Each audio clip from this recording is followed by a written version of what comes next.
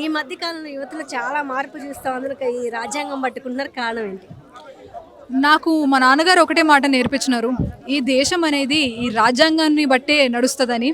అంబేద్కర్ గారు చాలా కష్టపడి ఆయన చాలా సంవత్సరాలు దీనికోసం పనిచేసి మనకు అందరూ ఒక ఈక్వల్ డెమోక్రటిక్ స్టేట్గా ఉండాలని భారత రాజ్యాంగాన్ని ఇవ్వడం జరిగింది. కానీ ఇప్పుడున్న ప్రభుత్వం ఏదైతే ఉందో అది భారత రాజ్యాంగాన్ని లెక్క చేయకుండా దీనిలో రాసిన మన రాజ్యాంగంలో రాసిన రూల్స్ అన్నిటిని అతిక్రమిస్తూ మన ప్రజలని తర్వాత విద్యార్థులను ఎస్పెషల్లీ వాళ్ళని లెక్క చేయకుండా నడుస్తున్నట్టుగా అనిపిస్తుంది. వాళ్ళకి గుర్తు చేయడానికి కోసం తీసుకొచ్చిన నేను. మనకంటూ ఒక రాజ్యాంగం ఉంది, దాంట్లో కొన్ని రైట్స్ ఉన్నాయి, మాకు ఫ్రీడమ్ ఉంది, మేము చేసిన పనులని మీరు అరికట్టకూడదు. రాజ్యాంగంలో మన హక్కు ప్రొటెక్ట్ చేయడం అనేది. ఈ ప్రొటెస్ట్ మండే చూసే ఉంటారు. రాళ్లతో కర్రలతో ప్రభుత్వం నిర్బంధించే ప్రయత్నం చేసింది. ఎలా చూడాలి? వాక్ స్వతంత్రం ఉన్న మన భారతదేశంలో నోర్లు మూసేయాలనుకుంటున్నారు, చేతులకు సంఖ్యలేయాలనుకుంటున్నారు. పోరాడుతున్నాం, మేము శాంతియుత పోరాటం చేస్తున్నాం. మాకంటూ ఒకటే డిమాండ్ ఉంది, విద్యార్థులు చదువుకుంటారు, వాళ్ళ చదువుకు అడ్డుపడొద్దు, వాళ్ళ చదువుకి ఎటువంటి డోకా రావద్దు. ఎందుకంటే ఈరోజు నేటి యువతనే రేపటి పౌరులు కదా. ఆ రేపటి పౌరులను మీరు ఎందుకు ఆపాలని చూస్తున్నారు? ఈ భారతదేశంలో మాకున్న స్వతంత్రాన్ని ఎందుకు ఆపాలనుకుంటున్నారు? మీరు జంతర్ మంతర్ దగ్గర జరిగిన లాఠీ చార్జ్ చూస్తే అది లాఠీ చార్జ్లా లేదు. ఏదో ఇప్పుడు మన గేమ్స్ ఉంటాయి, సినిమాలు ఉంటాయి, దాంట్లో విలన్లని కొడుతుంటారు చూడు, అట్లా కొట్టినట్టు చిన్న చిన్న పిల్లల్ని, విద్యార్థులని. వాళ్ళు ప్రాధేయపడుతున్నారు, మోకాల మీద కూర్చొని చేతులు జోడించి మరి అడిగినారు. వాళ్ళని కూడా ఎట్లా పడితే అట్లా కొట్టడం, మహిళలను ఎట్లా పడితే అట్లా కొట్టడం ఏంది అసలు? రక్షించాల్సిన మన కొట్టిన వాళ్ళు పోలీసులేనా? చెప్పలేమండి. ఒకరి దగ్గర బ్యాచ్ ఉండదు, బ్యాచ్కి ఏమో బ్లాక్ ట్యాగ్ ఉంటుంది, సివిలియన్ యూనిఫామ్ సివిలియన్ డ్రెస్లో వచ్చి లాఠీ చార్జ్ చేస్తుంటారు. అసలు పోలీసులు వ్యవహరించాల్సిన తీరులోనే లేరు. వాళ్ళని ఎట్లా పోలీస్ అనాలో మాకు అర్థమవుతలేదు. చాలామంది సోషల్ మీడియాలో ఢిల్లీ పోలీస్ జై అని ట్రోల్స్ మెసేజ్లు పెడుతున్నారు. ఎట్లా చూస్తారు? ఒక విద్యార్థిని పోలీసు కొడితే వాళ్ళకి సపోర్ట్గా మాట్లాడుతున్నారు. అంధకారం చాలా ఎక్కువ అయిపోయిందని దాన్ని చూస్తే మనకు అర్థమవుతుంది. కళ్ళు మూసుకొని పోయినాయి అందరికీ. ఎవరైతే ఇప్పుడు మాకు అగెయిన్స్ట్గా ఉండి, అంటే అందరికీ ఒక ఒపీనియన్ ఉండాలి, కరెక్టే, కానీ అంత కుట్రపూరితమైన చర్య అది. అక్కడ జంతర్ మంతర్లో జరిగిన లాఠీచార్జ్ అవుతుందో చాలా కుట్రపూరితమైన చర్య. అనవసరంగా ఇన్నోసెంట్ పీపుల్ని వచ్చి కొడుతుంటే దాన్ని కూడా సపోర్ట్ చేస్తున్నారంటే మీరు ఎంత అంధకారంలో ఉన్నారో మీరు తెలుసుకోవాలి. మీరు బయటికి రావాలి. ఉండొచ్చు ఒక రాజకీయ నాయకుడి పట్ల కావచ్చు, ఒక పార్టీ పట్ల కావచ్చు, మీకు అభిమానం ఉండొచ్చు, కానీ ఎంతవరకు ఉండాలి? అది మీ కుటుంబం వచ్చేంత వరకు మీకు కనిపించదు అంటారా? ఒక స్లోగన్ ఉంది, ఆడపిల్లని చదివిద్దాం, ఆడపిల్లని కాపాడుకుందామని. ఆ స్లోగన్ మరి ఇంతమంది నీటి పరీక్ష రాసిన ఆడపిల్లలు చనిపోతే మోడీకి ఆడపిల్లలు కనిపించట్లేదా? ఎంతవరకు స్లోగన్కి మాత్రమే పరిమితం అయినట్టుగా అనిపిస్తుంది మన భారతదేశం. ఎంతసేపు ఫోటోలో పడ్డామా, ఒక వీడియోలో వచ్చామా, ఒక ప్రెస్ కాన్ఫరెన్స్ ఇచ్చామా, ఫ్లైట్ ఎక్కి మళ్ళీ వేరే కంట్రీకి వెళ్ళిపోయామా అన్నట్టుంది. బేటీ బచావ్ బేటీ పడావ్ అన్న వాళ్ళే ఇప్పుడు అవసరమా ఆడపిల్లలకు చదువు అంటున్నారు, ఇంట్లో ఉండమంటున్నారు. ఇంటి లక్ష్మీదేవి అంటే ఇంటి బయటికి పోకూడదంట. ఎట్లా కుదురుతుంది చెప్పండి?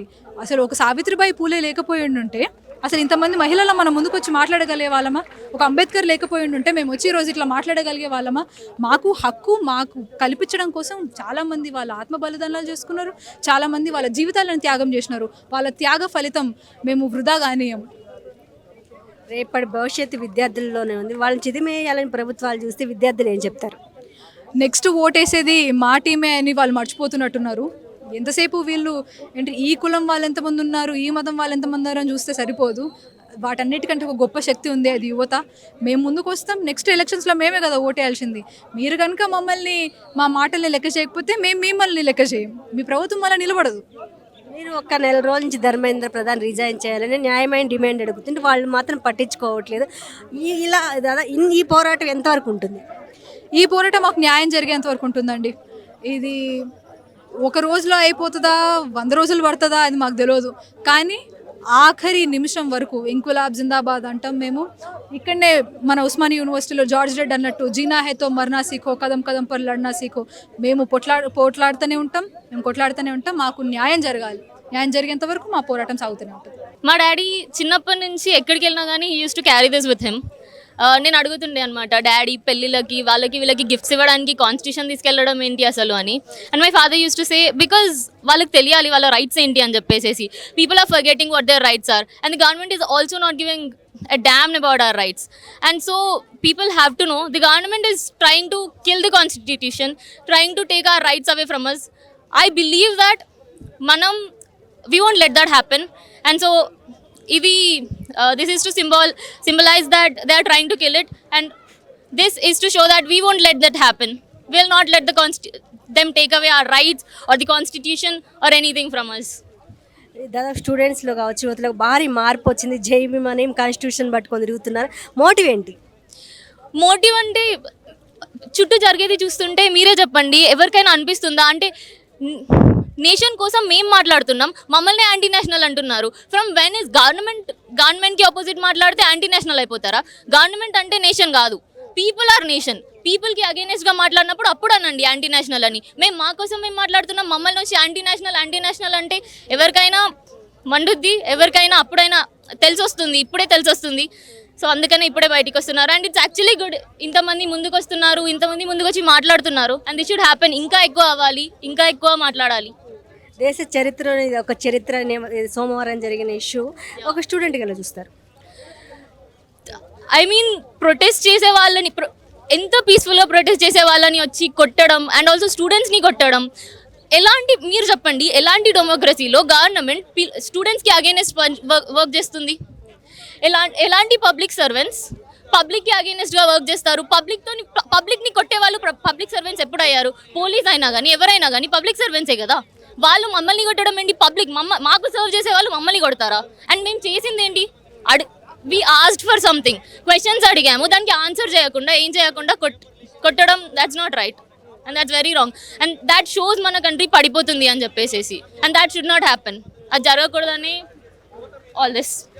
యువత ఇంత భారీ ప్రొటెస్ట్ చేస్తుంది, ధర్మేంద్ర ప్రధాన్ రాజీనామా చేయాలని, అసలు ఆలోచనలో ఉంటుందా గవర్నమెంట్? పట్టించుకోరు, టు బి ఆనెస్ట్. పట్టించుకోరు కాబట్టి ఇంకా ఇప్పటివరకు నడుస్తుంది. పట్టించుకొని అట్లీస్ట్ వచ్చి ఒక మాట మాట్లాడడం, లేకపోతే దాని గురించి సరే అడ్రస్ అన్నా చేస్తున్నారా అట్లీస్ట్? అరే అవును వాళ్ళు ఇంతమంది దెబ్బలు తింటున్నారు. మీరు అడ్రస్ చేస్తున్నారంటే నేను ఒక స్టేట్మెంట్ ఇచ్చాడు మోడీ, యువత ప్రలోభాలకు నొంగుతుంది, నిజమేనా? మిమ్మల్ని ఎవరో మోటివేట్ చేస్తున్నారు? మాకు మేము మోటివేట్ అవుతున్నాం. యాక్చువల్లీ మేము మా కంట్రీ కోసం మేము ఏదైనా చెయ్యాలి అని మేము మోటివేట్ అవుతున్నాం. వాళ్ళేం చెయ్యట్లేదు కదా. వాళ్ళ దగ్గర నుంచి వాళ్ళ రైట్స్ అన్ని తీసేసుకోండి, మా దగ్గర నుంచి ఎందుకు తీసుకుంటున్నారు? మేము ట్రై చేస్తున్నాం మా నేషన్ కోసం ఏదో ఒకటి చేయాలి అని. సో మా దగ్గరకు వచ్చి మా దగ్గర నుంచి రైట్స్ తీసేసుకొని మేమేదో ఫాల్స్గా మోటివేట్ అవుతున్నామంటే దట్ ఈస్ వెరీ రాంగ్. వాళ్ళు అవ్వాలి మోటివేట్ యాక్చువల్లీ, దేశం కోసం ఏదైనా చేయాలి అని. వాళ్ళనే కదా అక్కడ తీసుకెళ్ళి కూర్చోబెట్టింది. సో వాళ్ళు మోటివేట్ అవ్వాలి, వాళ్ళు ఏదైనా చేయాలి. ఎడ్యుకేషన్ సిస్టంలో ఎలాంటి మార్పులు రావాలి? Education first of all education first free అవ్వాలి, టు బీ ఆనెస్ట్. ఎందుకంటే I mean taken for granted ఎవరు తీసుకోరు ఎడ్యుకేషన్ని. అంటారు ఫ్రీ అయిపోతే people will take it for granted అని, but education is never taken for granted. So first education అనేది, and also it has to start from like home. So ముందు నుంచే everybody has to educate their children about their rights and everything. And also చాలా విషయాలు, చాలా రకాలుగా హిస్టరీని మార్చుదామని చూస్తున్నారు, అవేం జరగకూడదు.